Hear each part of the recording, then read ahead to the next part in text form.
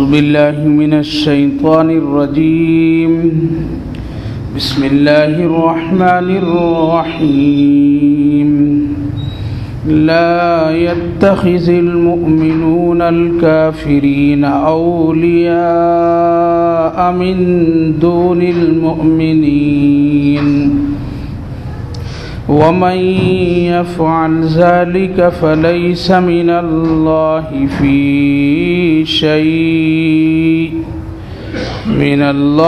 في شيء إلا أن تتقوا منهم تقاه ويحذركم الله نفسه وإلى الله المصير.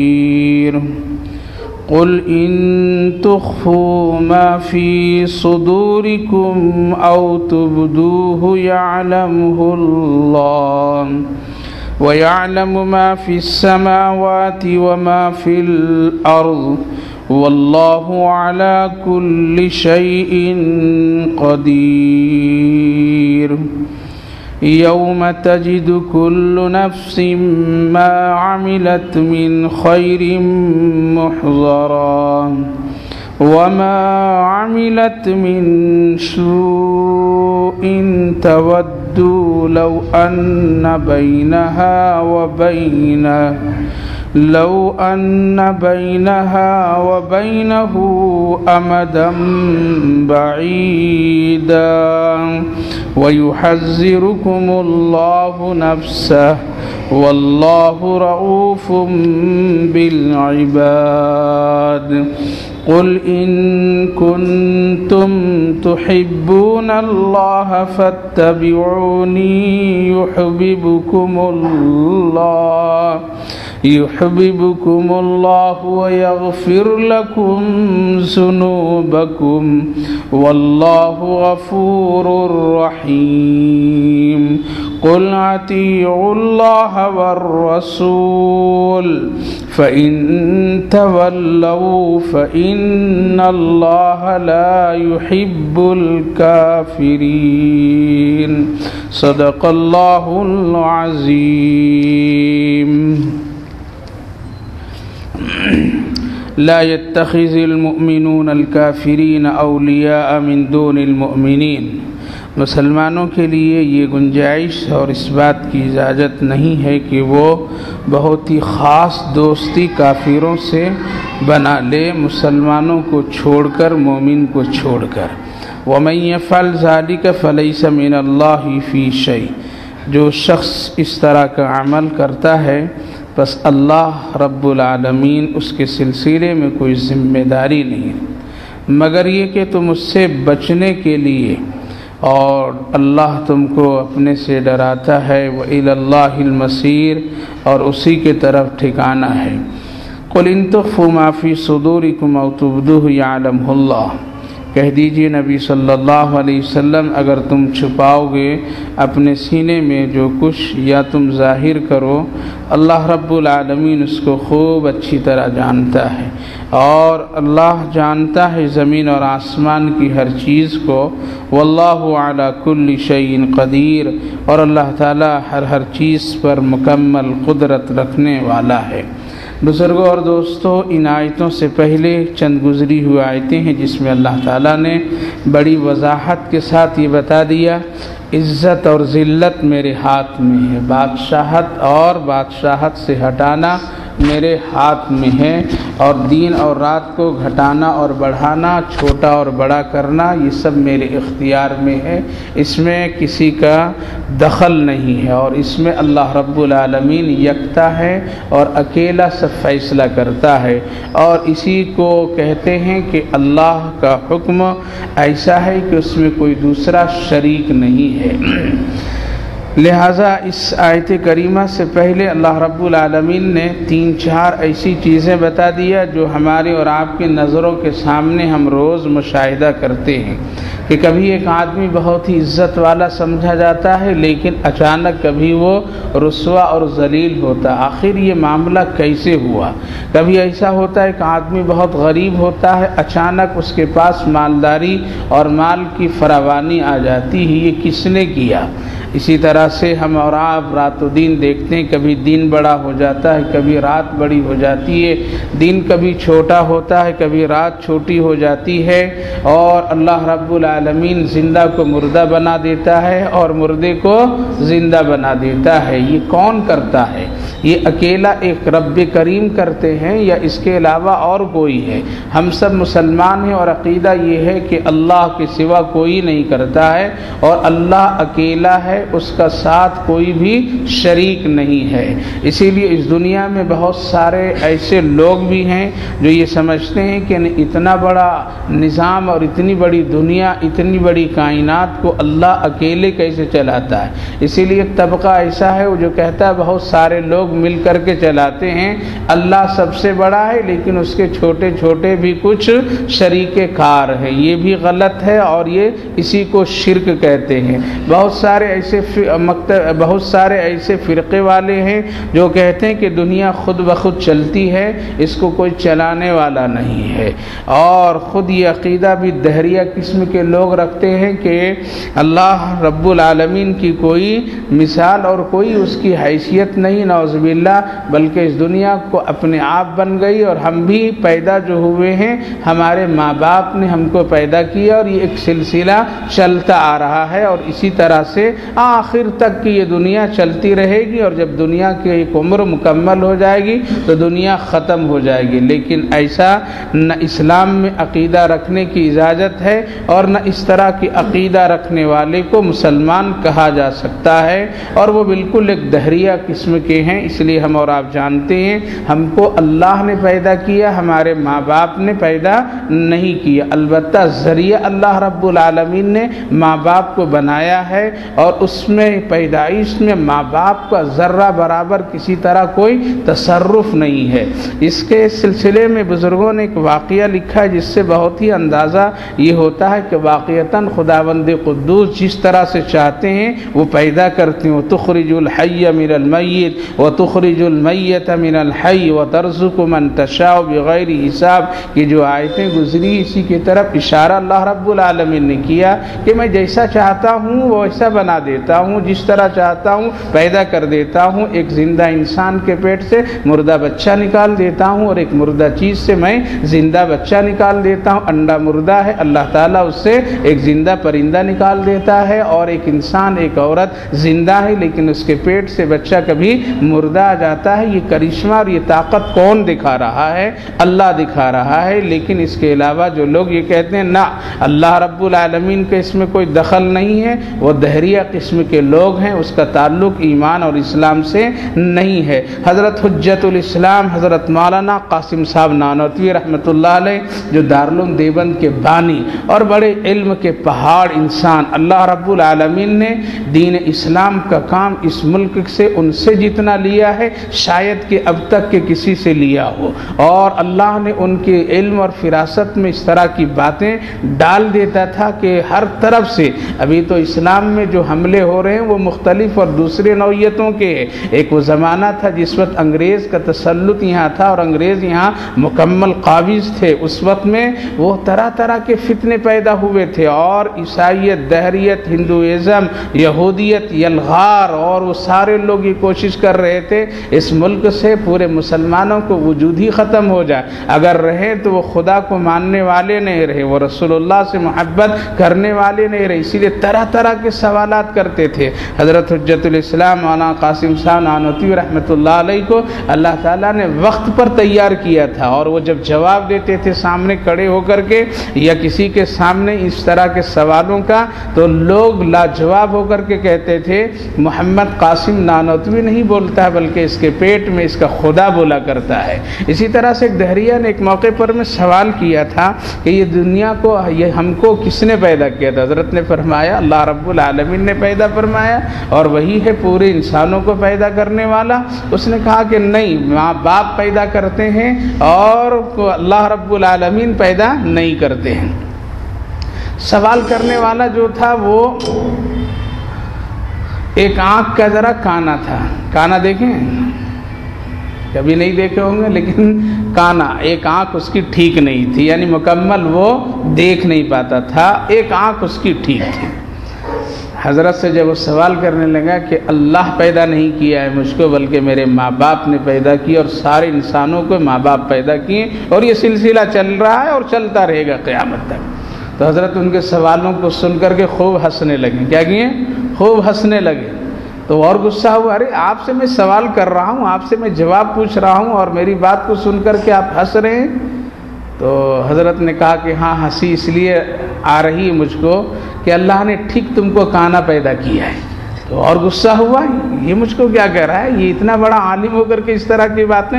کبھی کبھی علماء کرام بر وقت اور حاضر جواب دینے کے لیے اس طرح کے انداز اختیار کرتے ہیں، اگرچہ دوسروں کو برا لگتا ہے، دوسروں کو اچھا نہیں لگتا ہے، لیکن اگر وہ دے نہیں تو اب بتاؤ کہاں سے اس کو سمجھائیں گے. قرآن پورا بھرا پڑا ہوا ہے، اور اللہ کہہ رہا ہے کہ میں تم کو پیدا کیا ہوں، میں زندہ کو مردہ، مردہ سے زندہ بناتا ہوں. اب پھر بھی نہیں آدمی سمجھتا ہے تو کیا کرے گا. حضرت نے کہا کہ ہنسی اس لیے آ رہی ہے کہ ٹھیک تم کو اللہ نے کانا پیدا کیا ہے. تو اور غصہ ہوا، کہا کہ کیوں آپ ایسی بات کہہ رہے ہیں. کہا کہ اس لیے اللہ نے تم کو کانا پیدا کیا ہے. کہا اللہ نے، میرے رب نے، ایک آنکھ ہم نے دی ہے، ایک آنکھ تیرے ماں باپ ذرا لگا دیں تب جانو. ایک آنکھ اللہ رب العالمین نے دے دیا، ایک آنکھ خراب ہے، ایک آنکھ ٹھیک نہیں ہے، تیرے ماں باپ مل کر کے کیوں نے ایک آنکھ ٹھیک کر دی ہے. پتہ یہ چلا کہ ماں باپ کے اختیار میں نہیں ہے. ماں باپ کبھی نہیں چاہتے میرا بیٹا ایک آنکھ کا اندھا اور کانا پیدا ہو. ماں باپ کبھی نہیں چاہتے لنگڑا لوڑھا پیدا ہو. ماں باپ کبھی نہیں چاہتے ہیں کہ کوئی عیبدار بچہ پیدا ہو. ہزار وہ کوششیں کریں پھر بھی اللہ اگر چاہتا ہے تو پیدا کر دیتا ہے. اس نے کہا کہ مولانا قاسم صاحب اب بات مجھ کو سمجھ میں آ گئی کہ ہاں مجھ کو اللہ ہی نے پیدا کی ہے، ماں باپ نے پیدا نہیں کیا. اگر ماں باپ پیدا کیے ہوتے تو آنکھ دونوں دے کر کے پیدا کیے ہوتے. تو میرے بھائی بزرگوں، اللہ رب العالمین نے اس سے پہلی آیتوں میں جو یہ مثال دے کر کے اور بہت ہی وضاحت کے ساتھ جو بیان فرمایا کہ سن لو، خوب اچھی طرح سے اپنے دلوں میں یہ بات بیٹھا لو، تمہارا خالق، تمہارا مالک، تم کو روزی دینے والا کون؟ میں ہوں، میرے سوا کوئی روزی نہیں دیتا ہے، کتنا بھی کر لو. ایک جگہ اللہ رب العالمین نے فرمایا ہے وَلَا تَقْتُلُوا أَوْلَادَكُم مِّنْ إِمْلَاقٍ نَحْنُ نَرْزُقُكُمْ وَإِيَّاهُمْ. اللہ تعالیٰ نے فرمایا تم اپنی اولاد کو کھلانے پلانے، فاقہ اور کسی مصیبت کی بنیاد پر میں مت قتل کرو. کیوں؟ اس لیے نحن نرزقکم وإیاہم، ہم تم کو بھی روزی دیتے ہیں، تمہاری اولاد کو بھی دیتے ہیں. اللہ کا وعدہ ہے، اور روزی تو ڈھونڈتی ہے انسان کو. کہاں چلا گیا؟ ہم آئے ہیں تمہارے پاس، آ لو. لیکن وہ آدمی غفلت میں کبھی ادھر ادھر چلا جاتا ہے تو وہ روزی واپس بھی چلی جاتی ہے. پھر برکت کی روزی تلاش آدمی کرتا پھرتا نہیں ملتی ہے. تو میرے بھائیو بزرگوں، اللہ صاف فرمائے تم اپنی اولاد کو قتل مت کرو. قتل ہو رہے نہیں ہو رہے؟ پہلے دور میں قتل کیا جاتا تھا، پہلے دور میں اسی لیے تو بچیوں کو قتل کر دیے جاتے تھے. اب فرق آیا، ذرا زمانے میں فرق آ گئے، بہت سارے حالات بدل گئے. پہلے لوگ قتل کر دیتے تھے، مٹی میں دبا دیتے تھے، قبر بنا کر کے اس میں سلا دیتے تھے، اس پر مٹی ڈال دیتے تھے، اس کو کچھ سے کچھ ہلاک کر دیتے تھے. وجہ اس کی اس کو کھلانا پڑے گا، اس کو آگے چل کر کے کسی کے گھر میں بیاہ کرنا پڑے گا، اور پھر یہ میرے لیے ذلت اور رسوائی کی چیز بنے گی، اس لیے بیٹیوں کو زندہ دفن کر دیتے تھے. اب کیا ہوا؟ اب تو آنے ہی نہیں دیتے ہیں، اب تو آنے نہیں دیتے ہیں. اب بھی قتل وہی ہو رہا ہے. اسی لیے تمام علماء کرام، فقہاء کرام لکھتے ہیں کہ جس طرح اس قتل کا سزا ہے اسی طرح اس قتل کا بھی سزا ہے. دونوں میں بالکل کوئی فرق نہیں ہے، دونوں کوئی بھی فرق نہیں ہے. اللہ رب العالمین نے دونوں کا یکساں رکھا ہے. اس لیے اگر کوئی آدمی اپنے زندگی میں اس طرح کے قتل کرتے ہیں کہ ایک بچی کی پیدائش کو روکنے کے لیے اور اس کے تمام سانچے بن جانے کے بعد، اس کے جسم اور جثہ تیار ہو جانے کے بعد ماں باپ اگر یہ عمل کرتے ہیں تو یہ بھی مجرم اسی طرح ہے جس طرح سے کل کے لوگ بچیوں کو قتل کرتے تھے. اور یہ قتل بھی آج اسی لیے ہو رہا ہے. کیوں ہو رہا ہے؟ کہ ہم کو اس کو کھلانا پڑے گا، اس لیے قتل ہو رہا ہے کہ ہم کو پھر اس کی شادی بیاہ میں ہزاروں جہیز کے انتظام کرنا پڑے گا، در در ٹھوکنے کھانی پڑے گی. اس لیے یہ تمام روزی کی بنیاد پر میں اور پیسے کی بنیاد پر میں قتل کیا جا رہا ہے کہ یہ پریشانی ہم نہ لیں، ہمارے یہاں گھر میں یہ پریشانی نہ آئے. صاف اللہ نے فرمایا نحن نرزقکم وإیاہم، ہم تم کو بھی روزی دیتے ہیں اور تمہاری اولاد کو بھی روزی دیتے ہیں. تو میرے بھائیو بزرگوں، صاف اللہ نے فرمایا وترزق من تشاء بغیر حساب، روزی تو میں دیتا ہوں جس سے چاہتا ہوں بے حساب دے دیتا ہوں، بے حساب دے دیتا ہوں، ذرہ برابر بھی کچھ اس میں کمی نہیں، جتنا ہے اس کے گمان سے بھی کبھی کبھی میں زیادہ دے دیتا ہوں۔ تو یہ صاف ہے اس آیت کریمہ میں، تولج اللیل فی النہار وتولج النہار فی اللیل وتخرج الحی من المیت وتخرج المیت من الحی وترزق من تشاء بغیر حساب۔ آگے اللہ رب العالمین نے اس آیت کریمہ میں فرمایا لا يتخذ المؤمنون الکافرین اولیاء من دون المؤمنین، مسلمانوں کے لیے مناسب نہیں ہے کہ وہ کافروں کو دوست بنا لیں مومن اور مسلمانوں کو چھوڑ کر کے۔ وَمَن يَفْعَلْ ذَلِكَ فَلَيْسَ مِنَ اللَّهِ، اور جو مسلمان ایسا کر لیا اللہ کی ذمہ داری سے نکل گیا، اللہ پر پھر اس کی کوئی ذمہ داری نہیں ہے۔ کیا ذمہ داری؟ مطلب یہ ہے یہ کافر دوست جب بھی اگر کسی طرح اس کو نقصان پہنچائے گا اور پھر یہ ہاتھ اٹھا کر دعا کرے گا اللہ میں تو مسلمان اور یہ کافر یہ مجھ کو ستا رہا ہے، یہ مجھ کو تکلیف دے رہا ہے، اے اللہ مجھ کو یہ پریشان کر رہا، آپ میری مدد فرمائیے، اللہ فرماتا ہے فَلَيْسَ مِنَ اللَّهِ فِي شَيْءٍ، کوئی ذمہ داری نہیں، پہلے منع کر دیا اس سے دوستی نہیں کرنا، اس سے دوستی نہیں کرنا، اِلَّا أَن تَتَّقُوا مِنْهُ، ہاں آگے ایک گنجائش اللہ نے نکال دی، گنجائش نکال دی کہ ہاں اگر اس کی شر سے بچنے کے لیے اگر کرنے کی ضرورت پڑے تو جب تک کہ اس کے شر سے بچنا ہے اس وقت تک تو کر لو، لیکن دل کی گہرائیوں سے رازدارانہ دوستی کافروں سے جائز نہیں ہے۔ اب سوال یہ پیدا ہوتا ہے اس ملک میں ہم اور آپ ہیں، اس ملک میں ہمارا کاروبار ہے، لین دین ہے، اٹھنا بیٹھنا ہے، یہ کیا ہے؟ تو علماء کرام فرماتے ہیں اس حد تک کہ دوستی جائز ہے اور یہ اخلاق بھی ہے کہ ان کے ساتھ اچھا برتاؤ کرو، اگر اخلاق بندی سے نہیں کریں گے تو پھر انسانیت ختم ہو جائے گی۔ اور خود ہمارے آقا حضرت محمد الرسول اللہ صلی اللہ علیہ وسلم نے تو سب کے ساتھ ایسا معاملہ کیا، آپ تو یہودیوں کے ساتھ بھی نرمی کا برتاؤ کیا، آپ تو کافروں کے ساتھ بھی نرمی کا برتاؤ کیا، آپ کے سامنے جو بھی آئیں آپ اپنے اخلاق کے ساتھ اس سے پیش آئیں۔ تو بہت سارے ایسے یہودی عیسائی اور کافر لوگ تھے اس وقت میں جس کو نبی اکرم صلی اللہ علیہ وسلم اپنی مجلسوں میں بیٹھاتے تھے اور یہاں تک کہ ان کے ساتھ اپنے اٹھنا بیٹھنا کرتے تھے، اور یہاں تک کہ لین دین کا بھی معاملہ ہے۔ سنے ہیں نا واقعہ کہ نبی اکرم صلی اللہ علیہ وسلم کو جب بھی قرضہ لینے کی ضرورت پڑتی تھی تو مدینے میں ایک یہودی قرضہ دیا کرتا تھا، اس لیے مسلمان تو سب تو غریب تھے، مسلمانوں کے پاس کچھ بھی نہیں تھا اور ایک ہی کنواں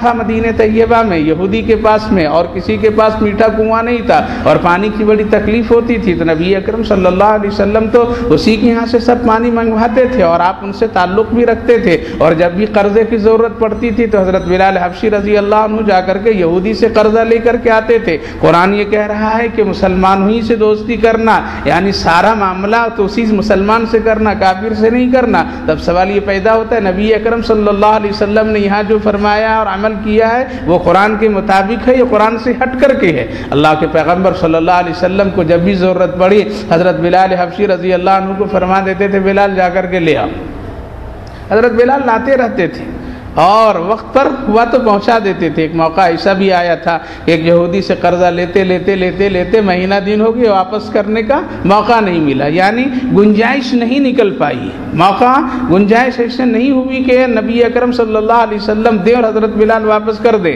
اور حضرت بلال کو بار بار یہودی ٹوکتا تھا، بار بار اس سے دھمکاتا تھا، اے بلال لاؤ نہیں تو پھر تمہارا بھی معاملہ ویسا ہی کروں گا جیسا مکہ میں امیہ بن خلف نے تمہارے ساتھ کیا تھا، باندھ دوں گا رسی میں تم کو، دھمکی دیا کرتا تھا۔ حضرت بلال کہتے تھے رک جاؤ، لا کر کے پہنچاتا ہوں، تھوڑی دن اور مہلت دے دو۔ مہلت لیتے مہینے دن ہو گئے، حضرت بلال بہت پریشان ہوئے۔ ایک دن تو اس پریشانی کے عالم میں اس نے دھمکی دے دیا اگر کل لا کر کے پہنچایا نہیں تو کل میں تجھے رسی سے باندھ کر کے اسی طرح گھسیٹوں گا جس طرح سے امیہ بن خلف مکے میں تجھے گھسیٹا کرتا تھا۔ حضرت بلال بہت پریشان، وہ جانتے تھے نبی اکرم صلی اللہ علیہ وسلم کے گھر میں کچھ بھی نہیں ہے، اگر ہوتا تو نبی فوراً واپس کر دیتے۔ اللہ کے پیغمبر کی خدمت میں عشاء کی نماز پڑھنے کے بعد میں حاضر خدمت ہوں، یا رسول اللہ بہت وہ تکلیف دے رہا ہے یہودی، بار بار ستا رہا ہے، دھمکیاں دیا ہے، یا رسول اللہ آپ کے پاس میں بھی کچھ نہیں تو ایسا میں کرتا ہوں کہ کچھ دنوں کے لیے میں مدینہ چھوڑ کر کے کہیں اور چلا جاتا ہوں، آپ اجازت دے دیں،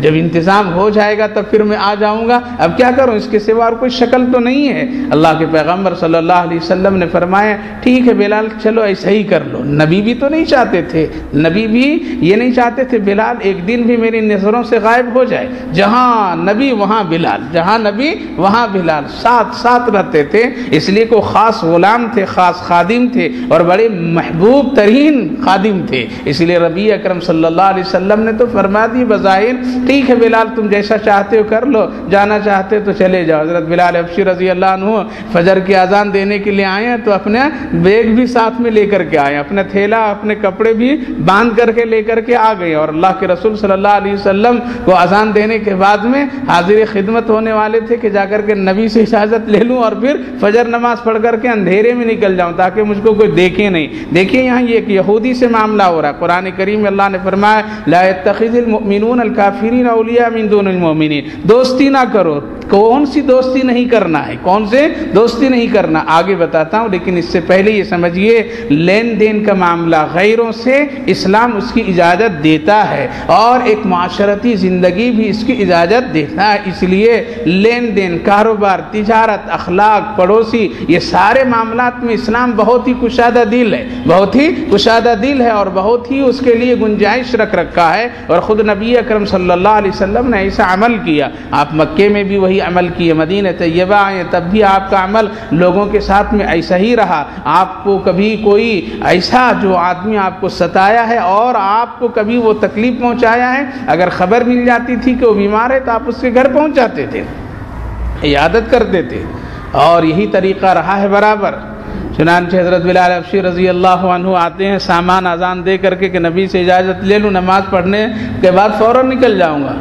حضرت نبی اکرم صلی اللہ علیہ وسلم تو اجازت دے دیے تھے کہ ٹھیک ہے بلال چلے جانا، لیکن نبی کے ہاتھ اٹھ رہا ہے، بار بار دل میں ایک تڑپ ہے بلال چلا جائے گا، بلال چلا جائے گا۔ نبی رات بھر اپنے اللہ سے رجوع کرتے رہے، چنانچہ دروازہ کھولیں، حضرت بلال حبشی رضی اللہ عنہ اذان دیے اور دے کر کے نبی کے حجر مبارک کی طرف بڑھ رہے ہیں۔ اللہ کے پیغمبر بھی بالکل اذان کے بعد پریشان ہیں کہ کیا ہوگا، بلال آ رہا ہوگا، اب پھر اجازت لے گا، چلا جائے گا۔ نبی دروازہ کھولتے ہیں تو 6 اونٹوں پر لدا ہوا سامان رسول اللہ کے دروازے پر بیٹھا ہوا ہے۔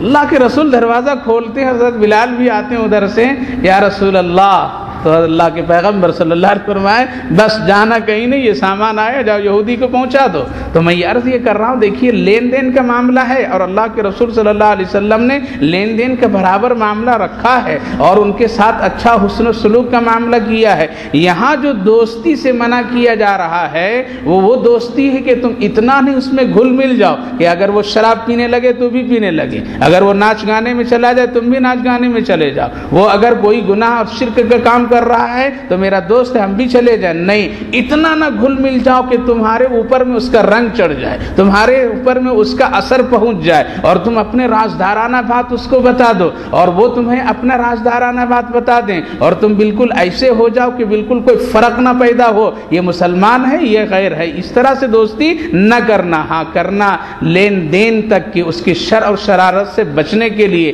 اگر اس پر عمل ہو جائے تو انشاءاللہ کبھی بھی دھوکہ نہیں کھائے گا۔ آپ کہیں گے یہ تو قانون اور یہ آیت کریمہ تو نہ اتفاقی پیدا کرنے کی بات کر رہے، بس یہ سمجھ لیجئے اللہ نے ہم کو اور آپ کو پیدا کیا ہے تو وہ زیادہ جانتا ہے، اللہ نے ہم کو اور آپ کو پیدا کیا ہے تو وہ زیادہ جانتا ہے کہ کہاں کہاں مومن مسلمانوں کو مجھ کو بچانا ہے، اور صاف فرما دیا فلیس من اللہ شیء فی شیء، اگر ایسا کر لوگے تو میرے اوپر سے ذمہ داری ختم ہو جائے گی۔ آج پوری دنیا کا آپ نقشہ دیکھیں، پورے اسلامی ملکوں کا آپ نقشہ اٹھا کر کے دیکھیے اور آج تاریخ پڑھیے، جتنے غیروں سے لوگوں نے ہاتھ بڑھا کر کے دوستی کیا آج وہ مار کھا رہے ہیں، آج ان کے پاس پریشانیاں آ رہی، وہ دبتے آج چلے جا رہے ہیں، اور اللہ رب العالمین ہاتھ اٹھا دیا ہے تم مار کھاؤ، تمہاری ذلت اور رسوائی ہوگی، جب تم پھر میرے طرف رجوع کر لو گے مکمل طور سے تو انشاءاللہ پھر اللہ رب العالمین راستے کھول دیں گے۔ اور جب بھی ایسا ہوا تو میرے بھائی بزرگوں نے اللہ نے کامیابی ہمیشہ دی ہے، اس لیے بالکل اس بات کو بالکل دلوں میں بیٹھا لیجئے، ان سے اتنا ہی ہم کو تعلق رکھنا ہے۔ ہاں اخلاقی اعتبار سے آپ کا وہ پڑوسی ہے تو آپ اس کے ساتھ اچھا برتاؤ کیجئے، اس کے دکھ درد میں آپ شریک رہیے، اس کے کسی بھی چیز تکلیف میں آپ ہاتھ بڑھائیے، ان کے ساتھ میں اچھا اخلاق پیش کیجئے، اور یہی طریقہ صحابہ کرام رضوان اللہ عنہم اجمعین کا رہا۔ حضرت امام ابو حنیفہ رحمۃ اللہ علیہ کی زندگی کے بے مثال واقعہ ایسے شعر ساری کتابوں میں بھری پڑی ہوئی ہے۔ حضرت امام اعظم رحمۃ اللہ علیہ کے پڑوسی بالکل بالکل ایک غیر مسلم تھا، ایک غیر مسلم مجوسی تھا، اور وہ برابر بڑی زور سے گانا گایا کرتا تھا۔ حضرت امام ابو حنیفہ رحمۃ اللہ علیہ کو رات میں بڑی تکلیف ہوا کرتی تھی، لیکن آپ نے کبھی بھی شکایت نہیں کی، کبھی بھی آپ نے جا کر کے پولیس اسٹیشن میں اس کے لیے کوئی درج نہیں کیا، اس کی رپورٹ نہیں دی ہے، لیکن برابر سنتے تھے، سمجھتے تھے۔ لیکن شاگردوں نے کیا کیا؟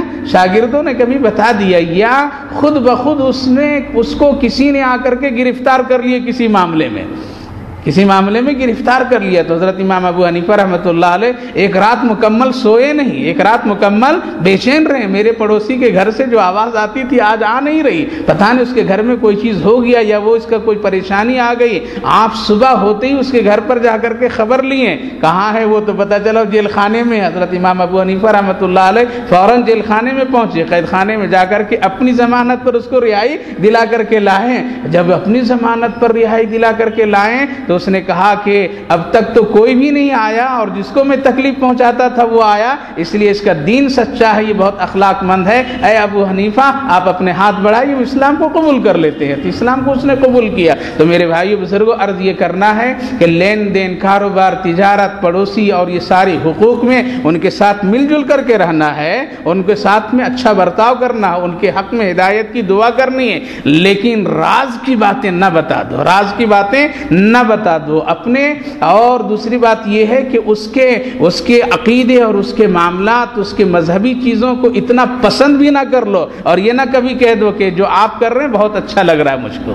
ہوتا ہے نا، ایسا کہہ دیتے ہیں لوگ دوستی تعلق میں، آپ کا مذہب بہت اچھا لگ رہا ہے، آپ کا تہوار بہت اچھا لگ رہا ہے، آپ کی یہ چیزیں مجھ کو بڑی پسند آئی۔ کیا مطلب یہ ہے کہ دل سے آپ اس کو کرنا پسند کرتے ہیں، تبھی تو ایسی باتیں کر رہے ہیں۔ نہ ایسی باتیں نہ کہو۔ یہ باتیں کب ہو رہی ہے؟ تم نے اس کو خوب اچھی طرح دوستی بنا لیا ہے، اتنا گھل مل نہ جاؤ کہ پھر وہ کبھی شرک کا عمل ہو جائے، کبھی حلال و حرام میں فرق نہ ہو جائے۔ ان تمام چیزوں سے آدمی کو بچنا چاہیے، اور اجتماعی اعتبار سے اپنے آپ کو اس سے اتنا الگ رکھنا چاہیے کہ مسلمانوں کا، اسلام کا کوئی راز کی باتیں اس کے سامنے نہیں کھولنا چاہیے۔ یہی وہ چیزیں تھیں جس کی بنیاد پر میں ہمارے سامنے ہندوستان کی تاریخیں بھی موجود ہیں۔ آج جتنے فسادات ہو رہے ہیں اور جتنے ہنگامے ہوئے ہیں، اور آج سے پہلے گجرات میں جتنے مسئلے پیدا ہوئے ہیں، وہ یہی ساری چیزیں۔ ایک ہی فلیٹ، ایک ہی مکان میں لوگ رہتے تھے، اور ان کو پڑوسیوں کو معلوم تھا مسلمان کے گھر میں کتنے فرد ہیں اور کب آ رہے ہیں، کتنے لوگ ہیں، کب جاتے ہیں، ساری تفصیلات ان کے پڑوسیوں نے بتا کر کے ان کو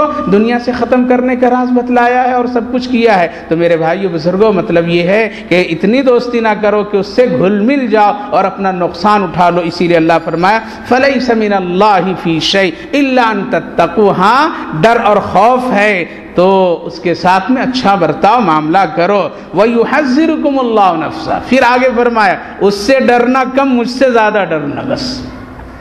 اللہ ڈراتا ہے اپنے آپ کو۔ وَإِلَى اللَّهِ الْمَصِيرُ، اور اسی کی طرف کیا ہے؟ ٹھکانا ہے، اسی کی طرف جانا ہے۔ قُلْ إِن تُخْفُوا مَا فِي صُدُورِكُمْ۔ ہو سکتا ہے دل کی بات تو کوئی نہیں جانتا ہے، امام صاحب نہیں جانیں گے، محلے کے لوگ نہیں جانیں گے، دل میں خوب دوستی کر رہا ہے اور خوب محبت کر رہا ہے، کون جانے گا؟ اللہ جانے گا۔ اللہ فرمایا اے نبی صلی اللہ علیہ وسلم کہہ دیجئے، اگر تم چھپاؤ گے اپنے سینے میں وہ بات، یعنی دوستی اور راز کی باتیں چھپا رکھو گے، یا تم ظاہر کرو، وَيَعْلَمُ اللَّهُ، اللہ جانتا ہے، خوب اچھی طرح جانتا ہے۔ وَيَعْلَمُ مَا فِي السَّمَاوَاتِ مَا فِي الْأَرْضِ، زمین آسمان کی ساری چیزیں جانتا ہے۔ اللہ ہر چیز پر قدرت ہے۔ پھر کیا ہوگا؟ دنیا میں بدلہ نہیں ملے گا، دنیا میں کوئی چیز سامنے نہیں ہوگی۔ کہاں ہوگی؟ يَوْمَ تَجِدُ كُلُّ نَفْسٍ مَا عَمِلَتْ مِنْ خَيْرٍ مُحْضَرًا۔ کیا حال ہوگا اس دن جس دن ہر نفس کا عمل کیا ہوا، اچھے اور برے، ساری چیزیں وہاں کیا ہو جائے گی؟ حاضر ہو جائے گی، اپنے آپ حاضر ہو جائے گی۔ نیکی کر کے، گناہ کر کے ہم اور آپ بھول گئے، کل قیامت کے دن سب آ جائیں گے، اور جب سب آئیں گے تو اس وقت دیکھ کر کے انسان کہے گا اچھا میں یہ بھی گناہ کیا۔ تو اللہ رب العالمین تاریخ ب تاریخ، دین ب دین سارے خیالات اس وقت حاضر کر دیں گے، اور پھر بندہ اقرار کرے گا ہاں پروردگار میں نے ایسا گناہ کیا۔ بندہ نیکی کر کے بھول جائے گا، اللہ رب العالمین اس وقت نیکی کی وہ چیز حاضر کر دے گا۔ بندہ کہے گا اگر یہ چیز تھی تو میں اور نیکی کر لیتا۔ تو میرے بھائی بزرگوں، ایک وہ دن آنے والا، اچھے برے کا فیصلہ ہوگا۔ وَمَا عَمِلَتْ مِن سُوءٍ تَوَدُّ لَوْ أَنَّ بَيْنَهَا وَبَيْنَهُ أَمَدًا بَعِيدًا۔ فرمایا جب تم اپنے برائی کی ہوئے اعمال کو دیکھو گے وہاں کل قیامت کے دن، اور جو لوگ دیکھیں گے اس وقت کہیں گے کاش کہ اس کے درمیان اور میرے درمیان ایک بہت دور کی چیز ہو جاتی، نہ ہم اس کو دیکھ پاتے، نہ یہ چیز میرے سامنے ہوتی، یعنی ہم اس کے قریب نہیں ہوتے، دور و دراز کا فاصلہ ہوتا، بڑی دیواریں ہو جاتی، پردہ لگ جاتا، کاش ایسا ہو جاتا۔ تو اللہ فرمائے وَيُحَذِّرُكُمُ اللَّهُ نَفْسَهُ، اللہ تم کو ڈرا رہا ہے، کیوں؟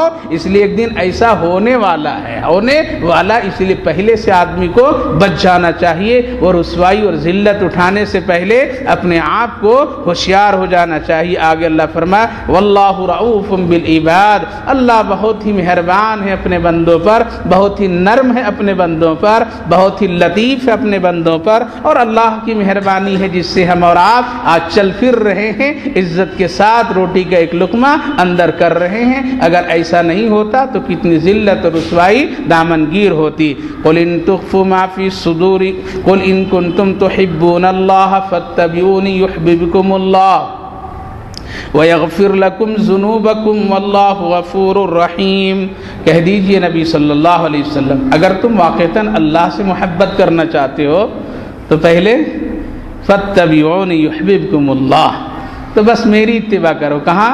رسول اللہ کی اتباع کرو، اللہ کے رسول کی اتباع کرو۔ محبت کی پہلی علامت نبی سے محبت، یحببکم اللہ، پھر خود بخود اللہ تم سے محبت کرے گا، خود بخود اللہ محبت، ویغفر لکم، اور پھر اس کا صلہ تمہارے سارے گناہوں کو معاف فرما دے گا۔ علماء کرام فرماتے ہیں اللہ نے یہاں چھوٹا اور بڑا گناہ کا ذکر نہیں کیا، بلکہ حب رسول کی بنیاد پر اگر اللہ چاہ لے تو سارے گناہ کو معاف فرما دے گا۔ اور آگے فرما اللہ غفور رحیم، اللہ بہت زیادہ معاف کرنے والا ہے، نہایت رحم کرنے والا ہے۔ یہ آیت کریمہ ایک ایسی چیز پیش کر رہی ہے جس سے ہمارا اور آپ کا سینہ کیا ہے؟ خالی ہے، جس سے اللہ نے صاف فرمایا۔ لوگ کہتے ہیں ہم اللہ کو مانتے ہیں، ہم اللہ سے محبت کرتے ہیں، ہم اللہ رب العالمین کی عبادت کرتے ہیں، ابھی نہیں مانوں گا میں، ابھی نہیں قبول کروں گا۔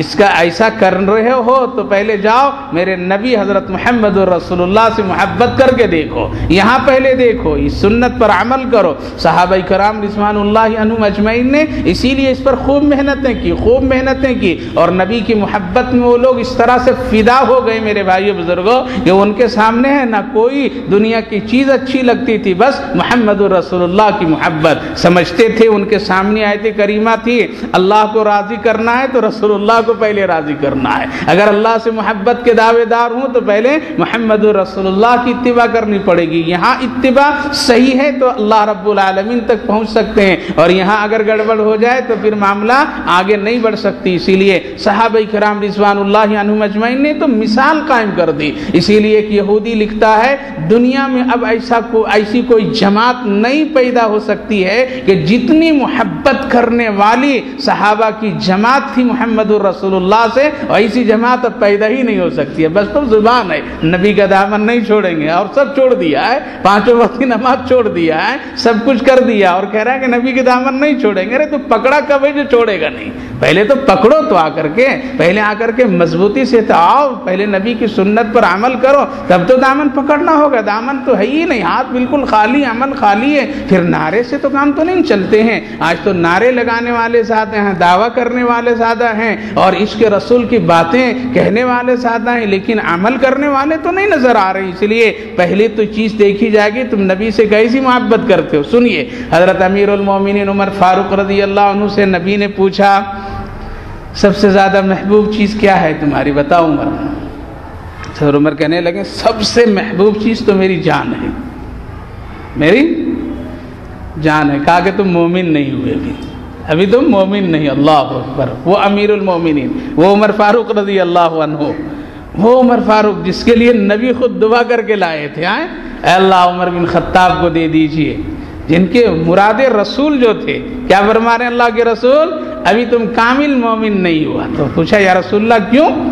کہا کہ اس لیے اس وقت تک کہ تم کامل مومن نہیں ہو سکتے ہو جب تک کہ تمام دنیا کی چیزوں سے، یہاں تک کہ ماں باپ سے، بیوی بچوں سے، اولاد سے، رشتہ داروں سے، خاندان سے، یہاں تک کہ اپنی جان سے بھی بڑھ کر کے محمد سے محبت نہ کرنے لگو۔ اس وقت تک وہ کامل مومن نہیں ہوگا۔ اللہ اکبر، یہ ارشاد، یہ حدیث تو یہ صاف فیصلہ کر دے رہے میرے بھائیو بزرگوں کہ ہم لوگ ابھی کامل مومن نہیں ہیں۔ اگر کامل مومن ہوتے تو آج یہ دین کے ساتھ شرارتیں نہیں ہوتی، ہماری زندگی میں نبی کی سنت کا جنازہ نہیں نکلتا، نبی کی سنت کی احانت نہیں ہوتی، اور آج ہم نہیں ایسا کرتے۔ سب کو ہم راضی خوش کرنا چاہتے ہیں، لیکن دین اور شریعت اور محمد رسول اللہ کو راضی نہیں کرنا چاہتے۔ اگر محبت ہوتی اور کامل مومن ہوتے تو ہم بالکل صاف کہہ دیتے جہیز لینا حرام ہے، نہیں لوں گا، جہیز لینا جائز نہیں لوں گا، کھڑے کھانا صحیح نہیں، کھڑے نہیں کھائیں گے، فوٹو کھنچانا کھاتے کھاتے اور ویڈیو کیمرے بنانا، ناچ گانے کی ساری شرارتیں شادیوں میں ہونا، یہ اسلام کا رسول اللہ کا طریقہ نہیں، ہم نہیں کریں گے۔ ہے کوئی کہنے والا؟ سب خوشی خوشی جا رہا ہے، سب خوشی خوشی جا رہا ہے، کھانے والا بھی خوشی خوشی، کھلانے والا بھی خوشی خوشی، کسی کے دل و دماغ میں کبھی یہ احساس نہیں ہوتا ہے نہ محبت رسول سے ہمیں دور ہوتا چلا جا رہا ہوں۔ اگر کوئی ناراض ہو جائے تو پورے گھر والے منانے کے لیے نہیں، آپ آئیے، سالوں کی غلطیاں معاف کر دیجئے، میں معافی مانگتا ہوں، ہاتھ جوڑتا ہوں، میرے یہاں آئیے، میرے یہاں آئیے، یہ رسم کیجئے، اس رسم میں آ جائیے، یہ چیزیں کیجئے، لیکن کبھی زبان سے یہ نہیں نکلتی ہے محمد رسول اللہ کا دین چھوٹ رہا ہے، آؤ ذرا نبی کو منا لیں، آؤ ذرا اللہ کو منا لیں، کوئی آج کہنے والا نہیں۔ اسی لیے پتہ یہ چلتا ہے ہم لوگ ابھی کامل مومن نہیں ہیں، اگر ہوتے تو پھر ایسا نہیں ہوتا کہ کردار کچھ، ظاہر کچھ اور باطن کچھ ہے۔ حضرت عمر رضی اللہ عنہ فرماتے ہیں، کہتے ہیں یا رسول اللہ پھر میں کامل مومن کب ہو جاؤں گا؟ اللہ اکبر، مکہ سے ہجرت کر کے مدینہ آ گئے ہیں، اتنے تکلیفیں اٹھائے ہیں، اور اسلام کی خاطر ان کے ایمان لانے کی وجہ سے اسلام کا بول بالا ہوا، اور حضرت نبی اکرم صلی اللہ علیہ وسلم بہت خوشی منائے، اور پھر حضرت صحابہ کرام رضوان اللہ عنہم اجمعین کو بڑی حوصلہ اور ہمت ملی ہے۔ آج اس عمر سے رسول اللہ یہ کہہ رہے ہیں اے عمر تو کامل مومن نہیں، تو کہا یا رسول اللہ پھر کامل مومن کیسے بنوں گا اور کب بنوں گا؟ تو آپ نے فرمایا ساری چیزوں سے، یہاں تک جان سے بھی بڑھ کر کے مجھ کو تم اپنا محبوب نہ بنا لو۔ حضرت عمر رضی اللہ عنہ اپنے گرہبان میں منہ جھانک کر کے دیکھیں اور نظریں نیچے کیے، اور پھر سر اٹھائے اور کہنے لگے یا رسول اللہ اپنی جان سے بھی زیادہ محبوب آپ کو سمجھتا ہوں۔ اللہ کے پیغمبر نے فرمایا الان یا عمر اب تو کامل مومن ہو گیا، اللہ اکبر، اب کامل مومن ہو گیا۔ وہی ابو جہل کا بیٹا اکرمہ، اللہ اکبر، جب ایمان نہیں لایا تھا اور مکہ المکرمہ میں باپ کی جگہ پر محمد رسول اللہ کو تکلیفیں پہنچاتا تھا، اور اس کے در پہ ہوا کرتا تھا، اور ہر طرح کے سوالات کیا کرتا تھا، اور نبی کو تکلیف پہنچانے کے پروگرام بنایا کرتا تھا، اور اس وقت میں نبی اکرم صلی اللہ علیہ وسلم سے بڑھ کر کے اس کو کوئی دشمن نظر نہیں آتا تھا۔ لیکن وہی اکرمہ جب اسلام قبول کیے ہیں تو کیا کہتے ہیں؟ اب ایمان لانے کے بعد جس طرح کفر کے دور میں اس دل میں محمد الرسول اللہ سے بڑھ کر کے کسی کی دشمنی نہیں تھی میرے دل میں، آج اس دل میں محمد الرسول اللہ سے بڑھ کر کے کسی کی محبت نہیں ہے۔ تب وہ لوگ کامل مومن ہوئے، تب ان کو اس دھرتی اور زمین پر اللہ نے فرمایا تو جنتی ہے، میں تجھ سے راضی ہو گیا۔ میرے بھائی بزرگوں، آج سوچنے کی ضرورت ہے۔ بیوی کو ہم خوش کر لیتے ہیں، ماں کو خوش کر لیتے ہیں، باپ کو خوش کر لیتے ہیں، رشتہ داروں کو خوش کر لیتے ہیں، سب کو منا لیتے ہیں، ہاتھ جوڑ کر کے منا لیتے ہیں، لیکن جا رہا ہے تو رسول اللہ صلی اللہ علیہ وسلم کے دین اور شریعت نکل رہا ہے۔ کسی کو غم نہیں، کبھی بیٹھ کر کے ہم نے گھر میں غور نہیں کیا، کبھی گھر میں بیٹھ کر کے سارے لوگ مل جل کر کے کبھی یہ فکر نہیں کیے کہ بیٹھو ذرا سوچو ہمارے گھر میں دین ہے یا نہیں ہے۔ کبھی بیٹھا، کبھی سوچا نہیں، کبھی ایسی مجلسیں لگی گھر میں نہیں لگ رہی۔ کیوں؟ اس لیے کہ نبی کی محبت سے سینہ خالی ہے۔ جس طرح سے ایک آدمی کی تجارت میں ذرا سا کمی آ جائے تو بیٹا بھی بیٹھتا ہے، باپ بھی بیٹھتا ہے، رشتہ دار کو بلایا جاتا ہے، مشورہ کرو کیسے یہ فرق آ رہا ہے، کیسے یہ نقصان ہو رہا ہے، کیوں یہ دکان نہیں چل رہی، کیوں یہ نقصان تم اٹھا رہا ہے۔ ماں باپ ساری فیملی مل کر کے گھر میں بیٹھ کر کے سوچتے ہیں اور پھر پروگرام بناتے ہیں۔ لیکن سوچئے کبھی کبھی مہینوں میں، کبھی سال میں گھر میں بیٹھ کر کے غور کیا کہ ہمارے گھر میں، ہماری زندگی میں دین ہے یا نہیں ہے؟ اگر ہے تو اللہ کا شکر ادا کیجئے، اور اگر نہیں ہے تو ہزار بار سوچنے کی ضرورت ہے، ہزار بار سوچنے کی ضرورت۔ اس لیے میں کہتا ہوں گھر میں مہینے میں ایک مجلس خود لگاؤ، کسی کو بلاؤ نہیں، کسی کو بلائیے نہیں، خود بیٹھیے، سارے لوگ بیٹھیے، سارے چھوٹے بڑے بیٹھ کر کے صرف 10 منٹ آپ فکر کر لیجئے، کیا میرے گھر میں دین ہے؟ کیا میرے دل میں دین ہے، ایمان ہے تو کتنا ہے، نہیں ہے تو کتنا ہے، خود پتہ چلے گا۔ ترازو لا کر کے تولنے کی ضرورت نہیں ہے، ایک مہینے میں گھر کا جائزہ لیجئے بیٹھ کر کے کہ ہے میرے گھر میں دین، کتنے لوگ پورے مہینے نماز 5 وقت کی پڑھے ہیں؟ بیٹا تم نے 5 وقت کی نماز پورے مہینہ پڑھا؟ اگر بیٹا کہتا ہے کہ نہیں پڑھا تو سوچنے کی ضرورت ہے۔ ابا آپ پڑھیں 5 وقت کی نماز؟ نہیں پڑھے تو سوچنے کی ضرورت ہے۔ امی آپ نماز پڑھی 5 وقت کی؟ نہیں تو پھر غور کیجئے، دین نکل رہا ہے گھر سے، دین نکل رہا، ایمان گھر میں کمزور ہو رہا ہے، سوچنے کی ضرورت ہے۔ آج یہ فکریں ختم ہو گئی، اس کی وجہ یہ ہے نبی اکرم صلی اللہ علیہ وسلم کی محبتیں دلوں میں نہیں، اگر وہ محبت ہوتی تو پھر یہ چیز نہیں پیدا ہوتی۔ اسی لیے صحابہ کرام رضوان اللہ عنہم اجمعین ہی کی وہ جماعت ہے جو رسول اللہ سے اس آیت کریمہ کے مطابق وہ محبت کرتے تھے، اس لیے وہ تڑپتے رہتے تھے، وہ لوگ آرزو کیا کرتے تھے کون سا ایسا میں عمل کروں جس سے میرا آقا میرے رسول خوش ہو جائے۔ ایک صحابی لال کپڑا لال چادر اوڑھ کر کے آگئے، کیا آگئے؟ لال چادر ریشمی کپڑا اوڑھ کر کے آگئے، اللہ کے رسول دیکھتے ہیں، دیکھنے کے بعد ذرا نظر پھیر لیتے ہیں۔ ساتھیوں سے پوچھا کیا ہوا؟ کہا کہ تم نے لال چادر جو اوڑھ رکھی تھی نا رسول اللہ کو پسند نہیں آیا، اسی لیے اللہ کے رسول تم سے چہرے کو ادھر پھیر لیا۔ کہا کہ اچھا، اٹھے اور سیدھے اٹھ کر کے گئے۔ کہاں گئے؟ گھر گئے۔ گھر میں عورتیں چولہا جلا رکھی تھی، اپنی چادر اٹھانے اور آگ میں ڈال دیا۔ جس لباس سے میرے آقا کو خوشی نہیں وہ لباس میں کبھی بھی نہیں پہن سکتا، نہیں پہن سکتا۔ آ گئے، اب آئے ہیں تو چادر نہیں۔ اللہ کے رسول اب دیکھتے ہیں اور پوچھتے ہیں کیا ہوئی ہو تمہاری چادر؟ کیا ہوئی تمہاری چادر؟ یا رسول اللہ دوستوں نے ساتھیوں نے بتلایا کہ آپ کو چادر سے ناگواری ہوئی اور آپ کو تکلیف پہنچی ہے۔ اللہ کے رسول میں اس کو رکھنا پسند نہیں کیا، گھر گیا چولہا جل رہا تھا، میں تو چولہے میں جلا دیا اس کو تاکہ آپ کے خلاف کوئی میرے جسم پر لباس نہ رہے، اس لیے جلا دیا۔ اللہ کے رسول نے فرمایا بھائی عورتوں کے لیے جائز تھا، اپنے گھر کی عورتوں کو دے دیا ہوتا، عورتوں کو لال کپڑا پہن سکتی ہو، لال پہنے کالا پہنے کچھ بھی پہنے، لیکن ڈھیلا ڈھالا پہنے، باریک نہ پہنے، موٹے چھوٹے پہنے، شریعت کے لباس کو جو وضاحت اس اعتبار سے پہنے۔ اور مردوں کے لیے شریفانہ اور اچھا لباس جو ہے وہ سفید ہے، وہ بہروپیے کے طرح ایسے ویسے کپڑے نہیں، ایک شریفانہ انداز سے انسان کو اور مسلمانوں کو رہنا چاہیے۔ خیر تو میں عرض یہ کر رہا ہے یہ چادر جو جل رہی کس بنیاد پر جل رہی ہے؟ رسول اللہ کی محبت کی بنیاد پر جل رہی ہے، نبی اکرم صلی اللہ علیہ وسلم کی محبت کی بنیاد پر جل رہی ہے۔ اللہ کے رسول صلی اللہ علیہ وسلم ایک صحابی کو کہا جاؤ یہ پیالہ ہے اور اس میں ایک چیز ہے، جا کر کے مٹی پہ دفن کر کے آ جاؤ، جاؤ ذرا دفن کر دینا، خیال رکھنا ایسی جگہ دفن کرنا اس کو جہاں کسی کے قدم اور پیر نہ پڑے۔ صحابی گئے تو اندر دیکھیں اچھا خون ہے اس میں، تو اللہ کے رسول صلی اللہ علیہ وسلم کے دور اور حیات میں اگر بدن مبارک میں کبھی کوئی درد اور کبھی جسم میں کسی کو تکلیف ہوتی تھی تو وہاں کا خون کسی طرح سے کھینچ کر کے باہر نکال لیتے تھے۔ اب تو وہ کاٹنے اٹھنے کا مسئلہ آتا ہے، آپریشن کا مسئلہ آتا ہے، لیکن پہلے دور میں سنگی کے ذریعے سے اس کو نکال لیے جاتے تھے۔ اللہ کے رسول نے پیالے میں دے کر کے بھیجا، صحابی نے دیکھا کہ اچھا رسول اللہ کا خون ہے، اور یہ دفن مٹی میں گئے، چھپ گئے اور کنارے جا کر کے پورا کا پورا پی لیے، آ کر کے پیالہ واپس کیے۔ اللہ کے رسول نے پوچھا اچھی جگہ دفن کیا، خیال رکھا کہیں کسی کی قدم نہ پڑے، اس لیے نبی کے خون پر کسی کا قدم پڑنا تو یہ بے حرمتی کی علامت ہے، بے حرمتی کی علامت ہے، اسی لیے خیال رکھا۔ کہا یا رسول اللہ ایسی جگہ اس کو دفن کر دیا، قدم تو دور کی بات نظر بھی کسی کے نہیں پڑی گی۔ کہا کہ کیا کیا؟ کہا کہ یا رسول اللہ پی گیا۔ اللہ کے پیغمبر نے ارشاد فرمایا جا اللہ تم پر جہنم کی آگ کو حرام کر دے، بس یہ ہے محبت، یہ ہے محبت۔ اب سوال پیدا ہوتا ہے کیا نبی کا خون پاک؟ انسانوں کے خون کیا ہے؟ ناپاک ہیں، انسانوں کا خون ناپاک، لیکن نبی کا خون کیا ہے؟ پاک۔ کیوں بھائی؟ اس لیے انسانوں کے جسم سے اگر ایک مسلمان کے بدن سے خون نکلا تو وضو ٹوٹ جاتی ہے، رسول اللہ کے جسم مبارک سے خون نکلے تو وضو نہیں ٹوٹتی۔ کیوں؟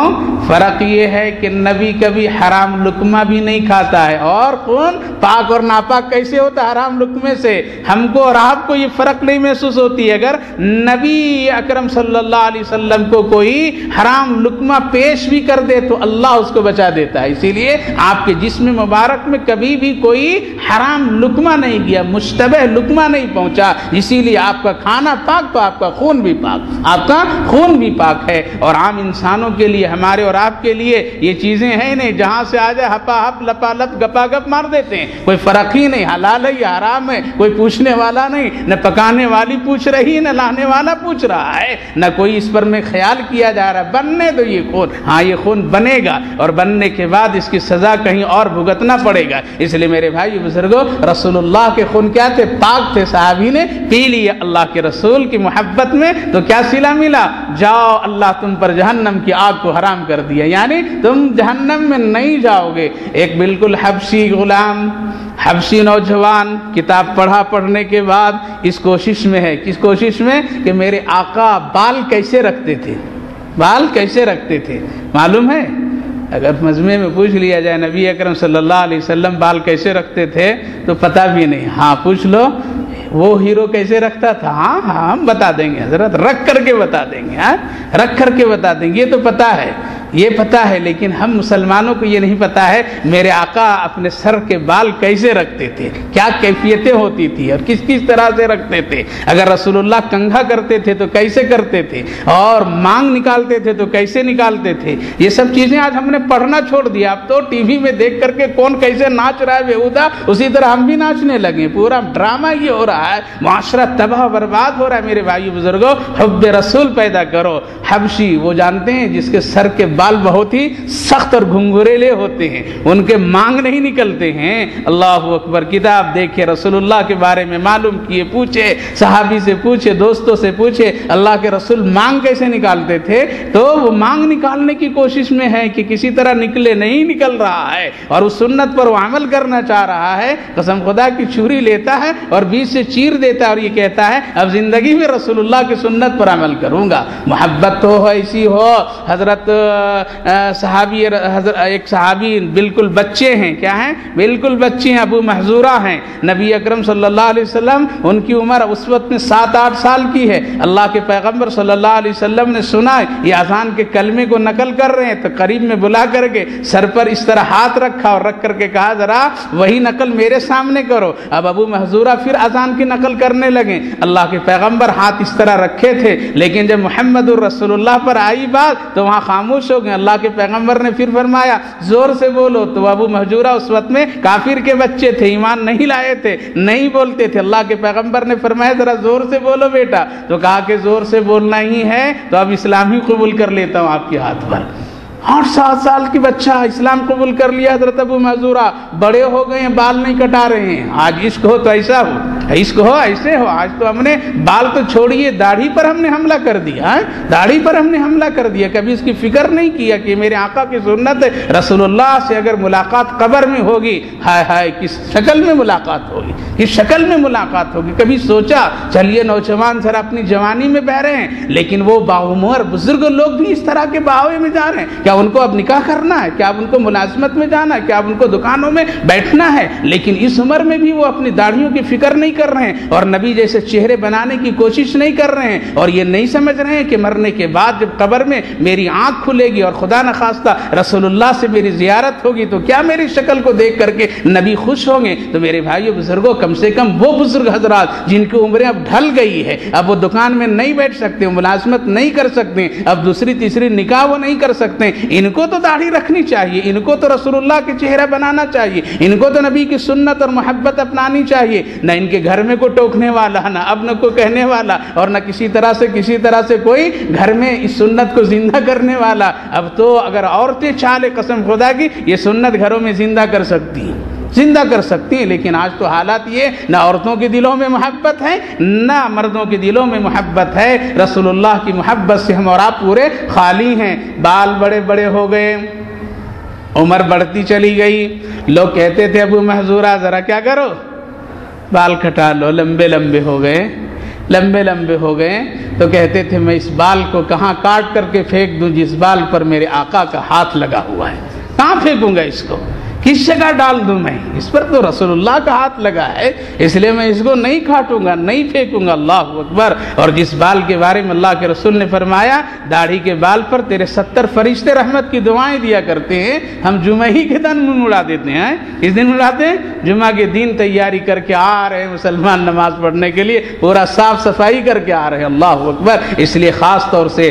نوجوانوں کو بھی میں کہتا ہوں، بزرگوں سے خاص طور سے کہتا ہوں، اب تو کم سے کم آپ کی شکل محمد الرسول اللہ کی شکل اور سنت پر تو ہو جائے، بن جائے، تاکہ اللہ خوش ہو جائے۔ اور گھر کی عورتوں سے میں ماں بہنوں سے گزارش کروں، ایسے مردوں کو آپ ٹوکیے، اپنے بچوں کو اس طرح ترغیب دلائیے، اور اپنے بڑوں کو، اپنے شوہروں کو، اپنے بزرگوں کو کہیے کہ تیرا چہرہ میں رسول اللہ کی طرح دیکھنا چاہتی ہوں۔ ہے کوئی عورت بولنے والی نہیں، وہ تو منع کرتی ہیں، وہ منع کرتی ہیں، بیٹا ابھی سے داڑھی رکھ لیے دلہن نہیں ملے گی، بیٹا ابھی سے داڑھی رکھ لیے ملازمت نہیں ملے گی، بیٹا ابھی سے تم داڑھی رکھ لیے تم کو تو بڈھے کہہ دیں گے۔ اللہ اکبر۔ ارے داڑھی رکھنے میں بڈھے اور عمر کی کیا بات ہے؟ ایک نوجوان تھے جو ابھی فلمی دنیا میں کام کرتے تھے، جب اللہ رب العالمین نے توفیق اور ہدایت دی، اور پونہ میں وہ نوجوان ابھی بھی ہے، کبھی کبھی ملاقات ہوتی ہے، جب داڑھی اس نے رکھ لیا تو ماں کہنے لگے ارے تو داڑھی رکھ لیا تجھے دلہن نہیں لوگ دیں گے؟ تو کیا جواب دیے؟ جس رسول، جس پیارے آقا کی داڑھی میں رکھا ہوں، اس آقا کو اللہ نے 11 بیویاں دیے تھے، مجھ کو تو ایک تو ضرور اللہ دے دے گا۔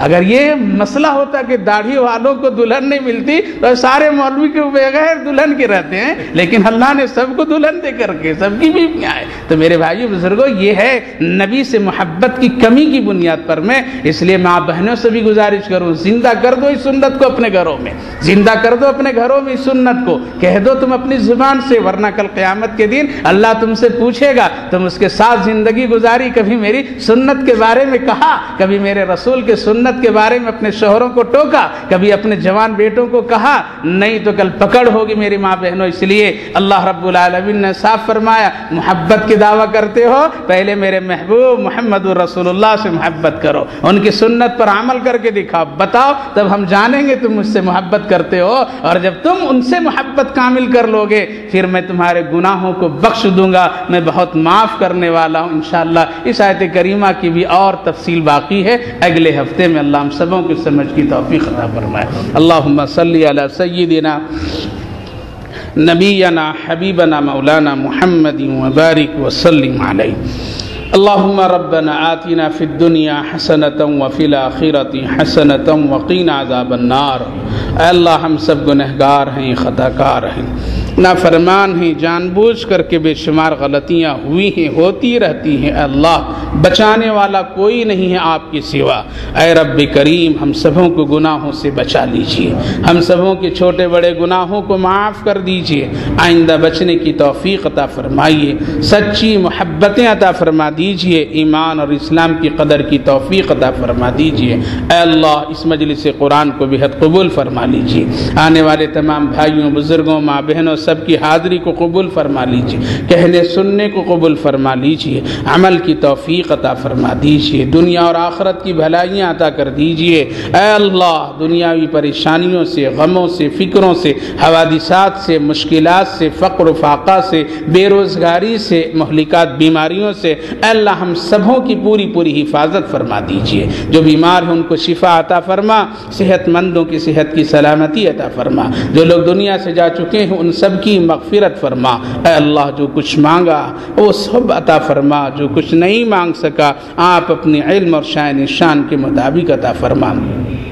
ہماری اس مختصر سی دعاؤں کو محض اپنے کرم اور فضل سے نبی اکرم صلی اللہ علیہ وسلم کے صدقے اور طفیل میں قبول فرما۔ اللہم ربنا تقبل منا انک انت السمیع العلیم وتب علینا انک انت التواب الرحیم، وصلی اللہ تعالی علی خیر خلقہ محمد وعلی آلہ واصحابہ اجمعین برحمتک یا ارحم الراحمین والحمد للہ رب العالمین۔